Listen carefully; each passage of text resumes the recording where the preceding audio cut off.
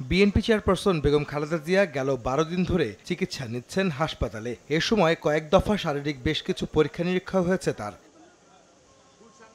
মাঝে একবার সিসিউতে ছিলেন বিএনপি নেত্রী, তবে কয়েক ঘন্টার ব্যবধানে আবারও ফিরিয়ে আনা হয় কেবিনে। এর মাঝে শারীরিক নানা জটিলতার কারণে কয়েক ব্যাগ রক্ত দেওয়া হয় বেগম জিয়াকে। ১৭ জুলাই হয় তার এন্ডোস্কোপি। গত ২রা জুলাই বাসায় ফেরার মাত্র ৬ দিনের মাথায় শ্বাসকষ্ট বেড়ে গেলে আবারও ভর্তি করা হয়েছিল তাকে। সেই থেকে আছেন এভারকেয়ারেই। তবে শুক্রবার থেকে হঠাৎ করেই বেগম জিয়ার শারীরিক অবস্থা ও তার মৃত্যু নিয়ে ওঠে ব্যাপক গুঞ্জন। বেগম জিয়ার শারীরিক অবস্থার খোঁজ নিতে বিভিন্ন শ্রেণী পেশার মানুষ ফোন দিতে থাকেন গণমাধ্যমগুলোতে। উদ্বেগের সঙ্গে জানতে চান বেগম জিয়ার বর্তমান শারীরিক অবস্থা। এমন অবস্থায় তার চিকিৎসকদের সঙ্গে কথা বলে সময় সংবাদ। বেগম জিয়ার ব্যক্তিগত চিকিৎসক ও মেডিকেল বোর্ডের অন্যতম সদস্য এজেডএম জাহিদ হোসেন জানান, বিএনপি নেত্রীর শারীরিক অবস্থা রয়েছে স্থিতিশীল, আছেন কেবিনেই।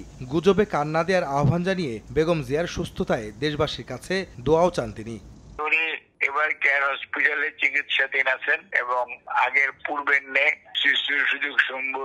সুযোগ সুবিধা সম্বলিত কেবিনে মেডিকেল বোর্ডের তত্ত্বাবধানে চিকিৎসা যিনি আছেন এবং ওনার অবস্থা বর্তমানে স্থিতিশীল। ম্যাডামের সুস্থতার জন্য সবাইকে দোয়া করতে বলবেন।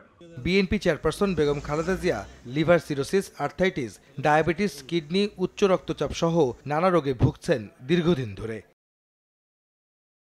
আহমেদ সালেহীন, সময় সংবাদ, ঢাকা।